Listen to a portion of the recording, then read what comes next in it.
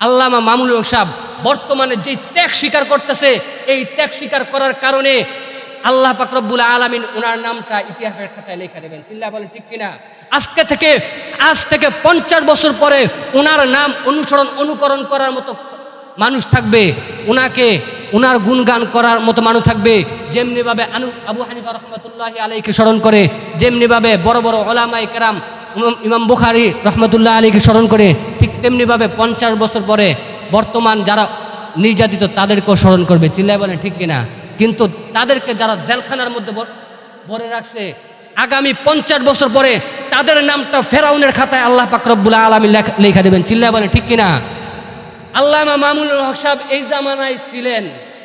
এই জামানার মধ্যে এই জামানার শাসককে ইমাম আবু হানিফা রহমতুল্লাহি আলাইহি এর জামানার শাসক যে ছিল তার নামটা ইতিহাসের খাতায় নাই, যদিও থাকে তার নিন্দুক আছে। চিল্লায় বলেন ঠিক কিনা? ইমাম বুখারী রহমতুল্লাহি আলাইহি যেই জামানার মধ্যে ছিল, ওই জামানার মধ্যে যিনি শাসক তার সুনাম কেউ গায় না। চিল্লায় বলেন ঠিক কিনা? প্রত্যেকটা আল্লাহর ওলি যেই জামানার মধ্যে ছিল, ওই জামানার যেই আলেমরা অপমানিত নির্যাতিত হয়েছে, ওই জামানার শাসকদেরকে কেউ সুনাম গায় না। চিল্লায় বলেন ঠিক কিনা?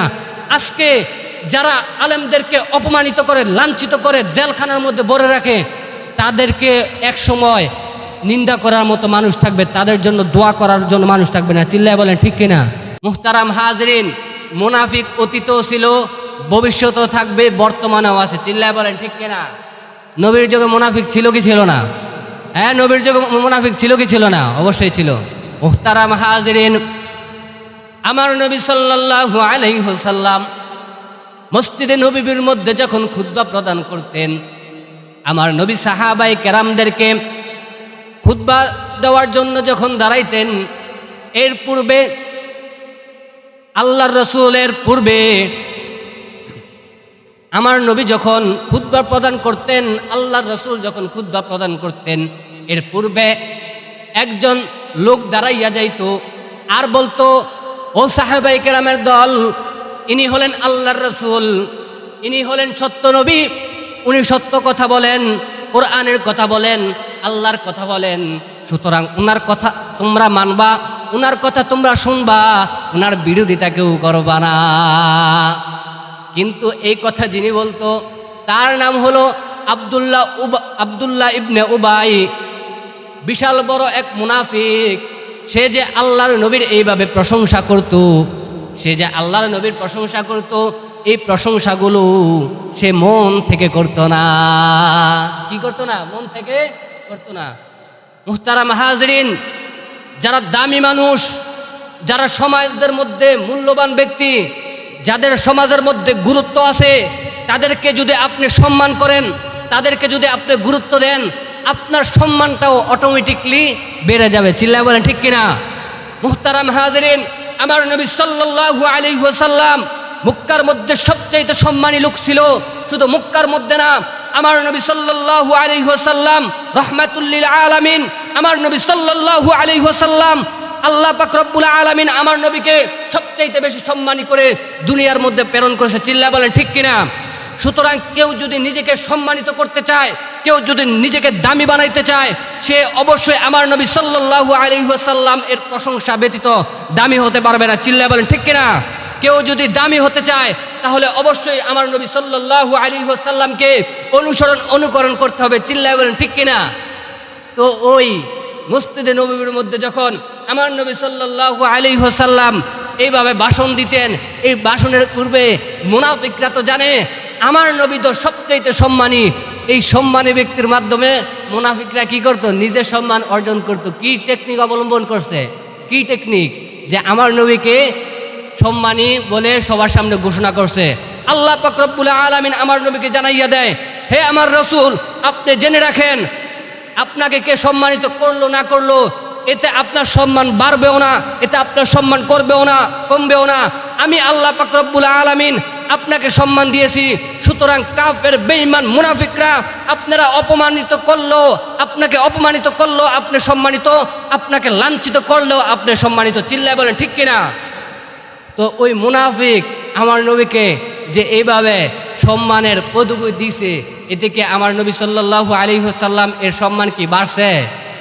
বাড়ছেও না কমছেও না, আল্লাহ পাক রব্বুল আলামিন আমার নবীকে আগেই সম্মানিত করে রেখেছেন। চিল্লায় বলেন ঠিক কিনা? তো আল্লাহ পাক রব্বুল আলামিন জানাইয়া দেয়, হে নবী, এই মুনাফিক যে আপনার প্রশংসা করতেছে, এই মুনাফিকের প্রশংসায় আপনি নিজেকে এতটা গর্ববোধ করেন না, কারণ আমি আল্লাহ জানি এই মুনাফিকরা কি মিথ্যাবাদী এবং তাদের জন্য রয়েছে কঠিনদায়ক শাস্তির ব্যবস্থা, কারণ তারা কি মিথ্যাবাদী। মুহতারাম হাজরিন, এর থেকে আমাদের শিক্ষা হলো, আমাকে সারা দুনিয়ার মানুষ যদি সম্মান করে, দুনিয়ার মানুষের মধ্যে যদি কেউ আল্লাহর দেওয়া আইন অনুকরণ না করে, নবীর দেওয়া সুন্নত অনুকরণ না করে, তাহলে সারা দুনিয়ার সম্মান আমার প্রয়োজন নাই। একজন ব্যক্তি যদি নবী সাল্লাল্লাহু আলাইহি ওয়াসাল্লাম এর সুন্নতের অনুকরণ করে, কোরআনকে অনুকরণ করে, তাহলে ওই একজন ব্যক্তির ভালোবাসা পাওয়া আমার জন্য যথেষ্ট। চিল্লায় বলেন ঠিক কিনা? মুহতারাম হাজরিন, এই জন্য কেউ কিছু বললে, কেউ প্রশংসা করলেই আকাশে উঠার কোনো প্রয়োজন নাই। আবার কেউ আপনাকে নিন্দা করলে, কেউ আপনার নামে গীবত করলে আপনি মাটির মধ্যে আছাড় খাইয়া পড়ারও প্রয়োজন নাই। আপনি দেখবেন, আপনি কোরআন ও হাদিসের ভাষায় আপনি রাসূল পাক সাল্লাল্লাহু আলাইহি ওয়াসাল্লাম এর বাণী অনুসারে আপনি কতটুকু সহি আছেন, ওইটার উপর ভিত্তি করেই আপনি চলার চেষ্টা করবেন। চিল্লায় বলেন ঠিক কিনা? আল্লাহ পাক রব্বুল আলামিন আমাদেরকে বুঝার মতো তৌফিক দান করে, বলেন আমিন। এই জন্য রাসূল পাক সাল্লাল্লাহু আলাইহি ওয়াসাল্লাম এর বিরোধিতা যারা করবে তারা কি মুনাফিক, তারা কি। আর রাসূল পাক সাল্লাল্লাহু আলাইহি ওয়াসাল্লামকে যারা অনুকরণ করবে তারা ছিলেন রাসূল পাক সাল্লাল্লাহু আলাইহি ওয়াসাল্লাম এর যুগে সাহাবী। কি ছিলেন? সাহাবী। মুহতারাম হাজরিন, মুনাফিক কাকে বলে? মুনাফিক, সব মুনাফিক এক না। মুহতারাম হাজরিন, মুনাফিক যারা মুনাফিকি করবে, আমার রাসূল সাল্লাল্লাহু আলাইহি ওয়াসাল্লাম একদিন সাহাবায়ে কেরামের সামনে যখন বক্তব্য দিতেছেন, এমন সময় রাসূল সাল্লাল্লাহু আলাইহি ওয়াসাল্লাম বক্তব্য বন্ধ করে দিলেন, স্থির হয়ে গেলেন, চুপ করে গেলেন। এমত অবস্থায় সাহাবায়ে কেরাম আমার নবী সাল্লাল্লাহু আলাইহি ওয়াসাল্লামকে প্রশ্ন করেন, ও আল্লাহর হাবিব, ও আল্লাহর রাসূল, আপনি হঠাৎ করে বক্তব্য বন্ধ করে দেওয়ার কারণ কি? আল্লাহর রাসূল বলেন, আমি পয়গম্বর যা জানি তোমরা যা জানো না, আমি যা দেখি তোমরা তা দেখো না। এই পাওয়ার দিছেন কে? আমার রাসূল সাল্লাল্লাহু আলাইহি ওয়াসাল্লাম বলেন, আমি চুপ করে থাকার কারণ হলো আল্লাহ পাক রব্বুল আলামিন ৭০,০০০ বছর আগে ওই জান্নাত থেকে একটা পাথর নিক্ষেপ করেছে। ৭০,০০০ বছর ধরে এই পাথরটা জাহান্নামের তলদেশের মধ্যে গিয়া আঘাত করেছে, জাহান্নামের তলদেশের মধ্যে গিয়া পড়ে গেছে। এই কথা যখন আল্লাহর রাসূল সাহাবায়ে কেরামদেরকে বললেন, সাহাবায়ে কেরাম আমার নবী সাল্লাল্লাহু আলাইহি ওয়াসাল্লামকে প্রশ্ন করলেন, ও আল্লাহর রাসূল, ও আল্লাহর পয়গম্বর, এই জাহান্নামের তলদেশে সবচাইতে এই জাহান্নামের নিচে আল্লাহ পাক রব্বুল আলামিন কোন কাফের বেঈমানদেরকে দিবেন, কাদেরকে ওই জাহান্নামের নিচে রাখবেন?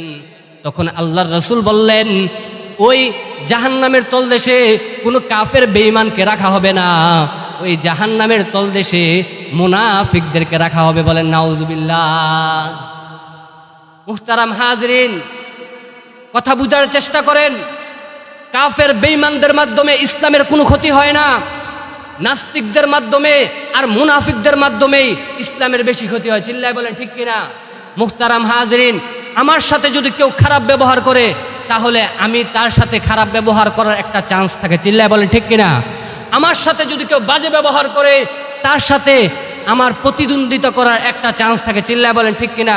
সে যদি আমাকে 3 বার আঘাত করে, আমি তাকে পাল্টা 1 বার আঘাত করার অধিকার রাখি। চিল্লায় বলেন ঠিক কিনা?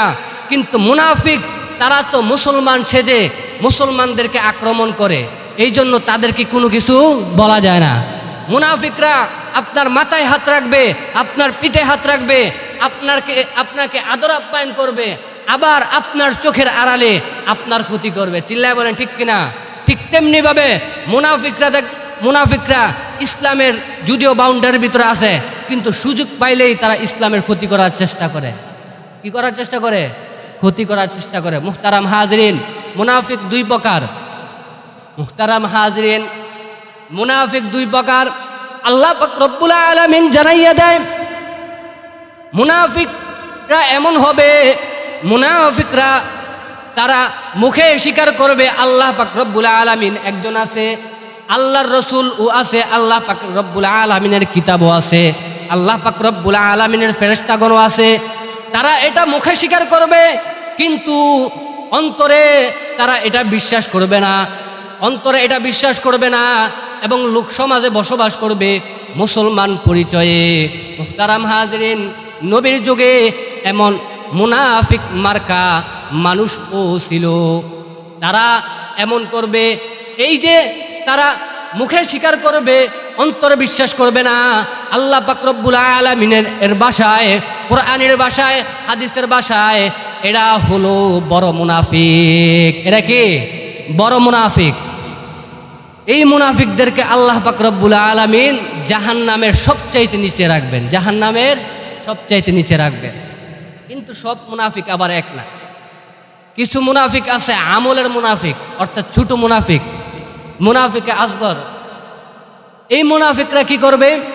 এই মুনাফিকরা বিশ্বাস করে আল্লাহ একজন আছে, রসুল একজন আছে, আল্লাহর কিতাবকে বিশ্বাস করে।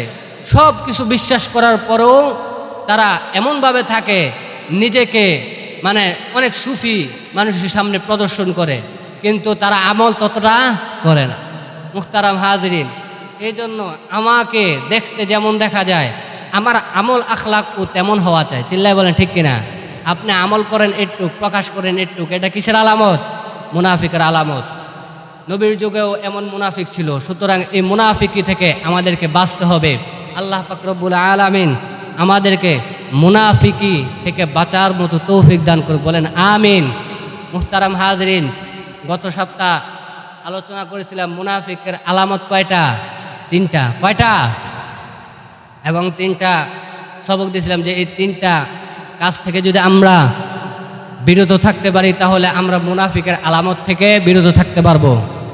1 নাম্বার হলো ইজা হাদ্দাসা কাযাবা, যখন মুনাফিকরা কথা বলে তখন মিথ্যা বলে। চিল্লায় বলেন ঠিক কিনা? বাণীকার, হাদিসকার রাসূল পাক সাল্লাল্লাহু আলাইহি ওয়াসাল্লাম এর। যখন মুনাফিকরা কথা বলে তখন মিথ্যা বলে। কি বলে? মিথ্যা বলে। মিথ্যা বলার মধ্যে অনেক প্রকার আছে। আপনি নিজে বাঁচার জন্য মিথ্যা বললে এটা আপনার কবিরা গুনাহ হবে। কি হবে? কিন্তু আপনি অন্যকে ফাঁসানোর জন্য যদি মিথ্যা বলেন, এটা আপনার অন্যের নামে কি হবে? তুহমত হবে, এবং আপনার মিথ্যার গুনাহ হবে। মিথ্যা বলে এমন লোক আছে নাকি নাই? হ্যাঁ, এমন লোক আছে নাকি নাই? আমি আপনাদের গ্রামের এলাকার, ঠিক না, আমি আপনাদের এলাকার মানুষ, তো হক কথা বললে অনেকে আমার বিরোধিতা করবে, এটাই স্বাভাবিক। চিল্লায় বলেন ঠিক কিনা? কোরআনের কথা বললে বাধা আসবে। চিল্লায় বলেন ঠিক কিনা? হাদিসের কথা বললে বাধা আসবে। চিল্লায় বলেন ঠিক কিনা?